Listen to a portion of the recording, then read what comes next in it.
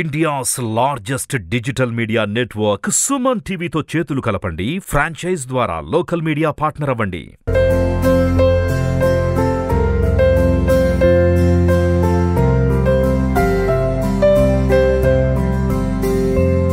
Hi hello welcome to Suman TV. నేను మీ Roshan. Present మనం ఒక లెజెండరీ యాక్ట్రెస్ ఇంటి దగ్గరికి వచ్చాం అనమాట. ఎందుకంటే లెజెండరీ యాక్టర్ ఎందుకు చెప్తున్నా అంటే 40 years అయింది ఆమె ఇండస్ట్రీకి వచ్చి. దాదాపు 100 సంవత్సరాల సినిమా చరిత్రలో ఆమెది దాదాపు సొగ జీవితం కూడా సినిమా ఇండస్ట్రీకి అంకితమైందని చెప్పుకోవచ్చు. ఎంతోమంది లెజెండరీ యాక్ట్రెస్ ఇల్లు చూపించాం మనం, లైక్ చెన్నై, హైదరాబాద్. ఎవరా అనుకుంటున్నారు కదా? Yes, the evergreen beauty of Indian cinema Jayalalitha గారు.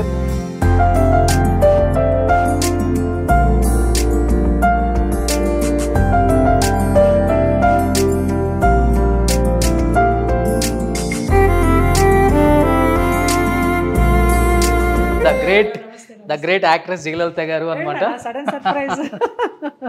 సో ఎలా ఉన్నారు అక్క?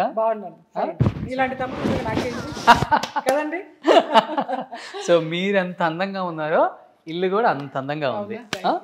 అందరూ చాలా మంది లోపలికి రాగానే గుడిలోకి వచ్చినట్టుంది, చాలా ప్రశాంతంగా ఉందండి. అవునా? ఒకసారి లోపలికి వస్తే ఈ గుడిని చూద్దాం రండి.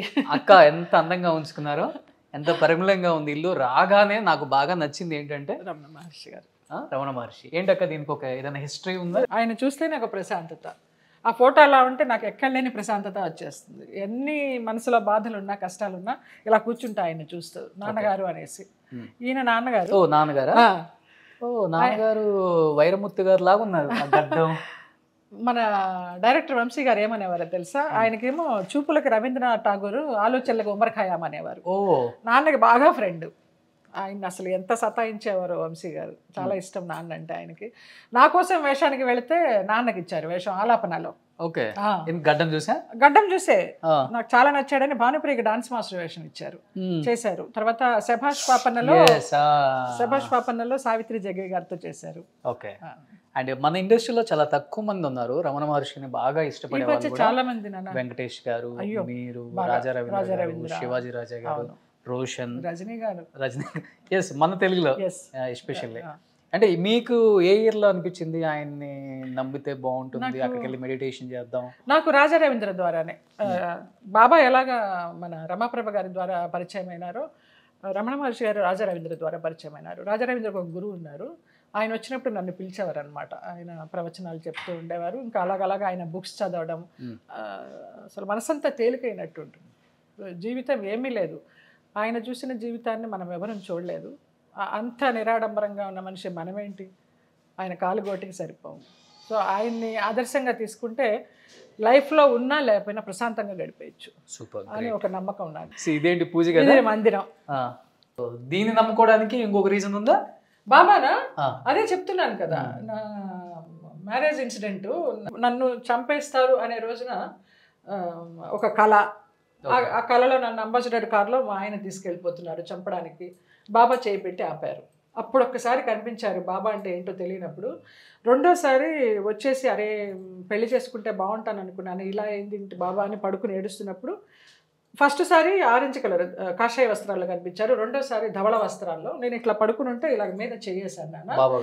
నాకు ఒక ఒళ్ళంతా కరెంటు షాక్ కొట్టినట్టు ఒక ఫీల్. గవ్వాలను లేచి కూర్చున్నాను. ఒక ఆరాలాగా వచ్చేసింది. అంతే, నీకు నేనున్నానన్నారు. ఇంక అప్పటి నుంచి నేను భయపడటం మానేశాను. తర్వాత నాకు ఎప్పుడు కనిపించలా. నమ్మిన తర్వాత, మనస్ఫూర్తిగా నమ్మిన తర్వాత కనిపించలా. డైలీ 4 హారతులు చేస్తా. చెన్నైలో ఉన్నప్పుడు షిరిడీలో ఎలా జరుగుతుందో అలా చేసేదాన్ని. తర్వాత మానేశాను. పూజ బాగా ఇష్టం. సూపర్. ఇది బ్రహ్మానందం గారు ఇచ్చారు. ఆయన ఆర్ట్ వేస్తారు కదా, నా పుట్టినరోజుకు పంపించారు 2021లో. చాలా సింపుల్ గా ఉంది అంతే నాన్న, అండ్ చాలా నీట్ గా ఉంది. నాకు హోమ్ డెకరేషన్ అవేం తెలియదు. అది ఏ ఏజ్ లెక్క? ఆలీతో సినిమా చేశానన్న, నా అల్లుడు అనే సినిమా. అందులో ఒక డాన్సర్ గెటప్ వేసుకొని తిరుగుతూ ఉంటాను. ఎంఎస్ నారాయణ గారు నాకు లవ్. ఓకే, అసలు డాన్స్ డ్రెస్ వదలను. ఇక్కడ కొన్ని అవార్డ్స్ అన్ని తీసి పెట్టలేదు నాన్న, అసలు లేవు అవార్డ్స్ లేవు. వచ్చినవే చాలా కొంచెము. ఇంకా ఇళ్ళ మార్పిళ్ళు దానిలో అంత ఇంట్రెస్ట్ లేదు. అవార్డులు అన్నీ పెట్టుకోవాలి, చూపించాలి అని ఇష్టం లేకుండా పరిశ్రమకు వచ్చాను. ఇష్టం లేని వేషాలే చేశాను. అలా గడిచిపోయింది కానీ ఇష్టంగా చేయలే నేను. అందుకని పెద్ద అందరూ చక్కగా పెట్టుకుంటారు అవార్డ్స్, నాకు ఎందుకు ఇంట్రెస్ట్ లేదు. సో వైట్ అంటే బాగా ఇష్టమా? అట్లా ఏం లేదు, నేను ఫస్ట్ బ్లాక్ నా ఫేవరెట్, తర్వాత ఇంకా ప్లెజెంట్నెస్ రమణ మహర్షి గారిని నమ్మిన తర్వాత ఇలాగ అంతా ఏంటి స్వచ్ఛంగా పరిశుభ్రంగా. నాకు ఇంట్లో రాగానే ఇవన్నీ ఇత్తడా లేకపోతే పంచలోహాల? ఇది నాకు వంశీ గారు ఇచ్చారు, నేపాల్ మహాదేవి. Okay, Nepal goddess. భరణి గారు వంశీ గారు నేపాల్ వెళ్ళినప్పుడు నాకు ఏదైనా తేవాలనిపించి ఆయన తీసుకొచ్చారు. ఇంకా ఇవన్నీ ఏదో ఊరికే పద్మనాభ స్వామి, దశావతారాలు, ఓకే, బుద్ధుడు, గోమాత, ఏదో కృష్ణుడు. కృష్ణుడిని కూడా ఒక తెలిసిన ఫ్రెండ్ ఇచ్చారు, కోయంబత్తూరు నుంచి, అక్కడి నుంచి తెప్పించి. ఇంట్లో మీకు బాగా నచ్చే ఫేవరెట్ ప్లేస్ ఏంటి? నాది ఇదే ప్లేస్, ఇక్కడ కూర్చుంటా, ఈ సోఫా అరిగిపోతుంది. సో వంట చేస్తుంటారా? అయ్యో, వంటగది ఎక్కడ ఉంది ఇంట్లో? వంటించడం రాదు నాకు. వంటగది ఇక్కడ ఉందా? క్లోజ్ చేశారు. అంటే ఎప్పుడైనా మంచినీళ్ళు అవి తీసుకోవడానికి వెళ్తాను అంతే, అలా తెలుసు. సూపర్. ఎనీహౌ ఇల్లు అయితే చాలా నీట్గా ఉంచుకోవడం ఇష్టం ఫస్ట్ నుంచి కూడా. ఇండస్ట్రీకి వచ్చిన తర్వాత నిలబెట్టుకుందంటే ఇది ఒకటేనక్క? ఇంకా అంతేనా? మిగతా 30 years ఇండస్ట్రీ లాగా 40 years ఇండస్ట్రీ, ఇది ఒకటే ఫ్లాట్ మిగిలింది. నిజంగా ఎన్ని పోయినా కానీ కల్మషం లేని నవ్వు, థ్యాంక్ యూ, స్వచ్ఛమైన మనసు, అజాత శత్రువు మీరు. ఇండస్ట్రీలో ఏ బ్లాక్ మార్క్ లేదు, ఎవరి మీద కాంట్రవర్సీ లేదు, వాళ్ళ మీద వీళ్ళ మీద రుద్దేద్దాము మనకి ఏదో వచ్చింది మనకి అంతే. ఆ పిఆర్ మెయింటైన్ చేయడం కానీ, కాంట్రాక్ట్లో ఉండడం కానీ, ఎవరైనా జయలలిత ఉంది మన అమ్మాయి అని అభిమానించి పిలిచారా వెళ్ళి చేస్తాను, కానీ లేకపోతే క్యారెక్టర్లు అడగడం కూడా తెలియదు నాకు ఇప్పుడు కూడా అస్సలు. గోపాలకృష్ణ గారు చాలా పొగరు నీకు క్యారెక్టర్ అడగమంటారు, ఎందుకు గురువు గారు అంటాను ఆయన్ని. ప్రతి చిన్న విషయానికి ఆయన అడ్వైస్ తీసుకుంటాను. ఆయన కూడా అలాగే ఏమైనా అనిపిస్తే నా వాయిస్లో కొంచెం చిన్న తేడా కనిపించిన కూడా ఏంటి అలాగ ఉన్నావు, ఏమైనా జరిగిందా అని అడుగుతారు. భలే గుర్తుపెట్టేస్తారు వాయిస్ని, సంతోషంగా ఉన్నా దుఃఖంగా ఉన్నా. అంత మంచి మనిషి, వీడియో కాల్ చేసి మరీ మాట్లాడతారు. నేను అబద్ధం చెప్తున్నానా నిజం చెప్తున్నాను అని చూడడానికి గురువు గారు నాకు. అయితే మీకు తెలుసు కదా గురువు గారు, మీరు స్టోరీ రాసేటప్పుడు అనుకుంటారు కదా ఈ క్యారెక్టర్కి వీళ్ళు, ఈ క్యారెక్టర్కి వీళ్ళని మీరే ఇస్తారు కదా, నేను ఎందుకు అడగడం అంటే నీకు పొగరే అంటారు. సో ఇంట్లో ఒక్కళ్ళు ఉండి ఉండి ఉండి అలవాటైపోయింది. నలుగురు జనాలు వస్తే టెన్షన్ పడిపోతా, కంగారు వస్తుంది నాకు. అవునా? అవును, ఇష్టమే కానీ ఎక్కువసేపు భరించలేను జనాల్ని. పబ్లిక్లోకి వెళ్ళడం కూడా భయం నాకు. పెళ్ళిళ్ళకు, శుభాలకి అశుభాలకి దేనికి వెళ్ళను. అశుభం చూశారంటే ఇంకా నిద్రపోను కొన్ని రాత్రులు, అలాగే ఉండిపోతుంది ఆ భయం. హాస్పిటల్ దాకా వెళ్ళి చూస్తాను కానివ్వండి, ఇక చచ్చిపోయిన తర్వాత చూడాలంటే నా వల్ల కాదు. నాకు అట్లా బతుకున్నప్పుడు మనిషి గుర్తుండాలి అంతే.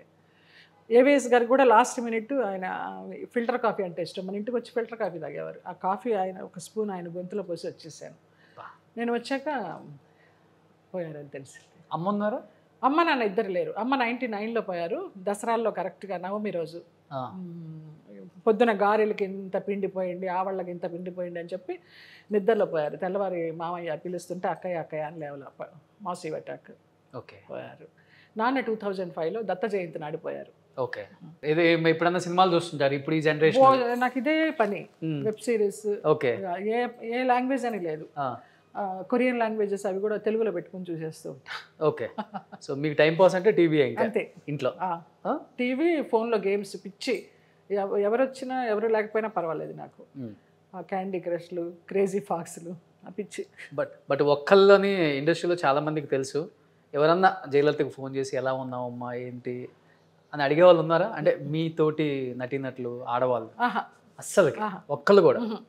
నాకు లతాశ్రీ అని, అది మరదల్లాగా. నేను అందరికి ఇండస్ట్రీలో అక్కని అమ్మని, దానికి మాత్రం వదిన వదిన అని పిలుస్తుంది.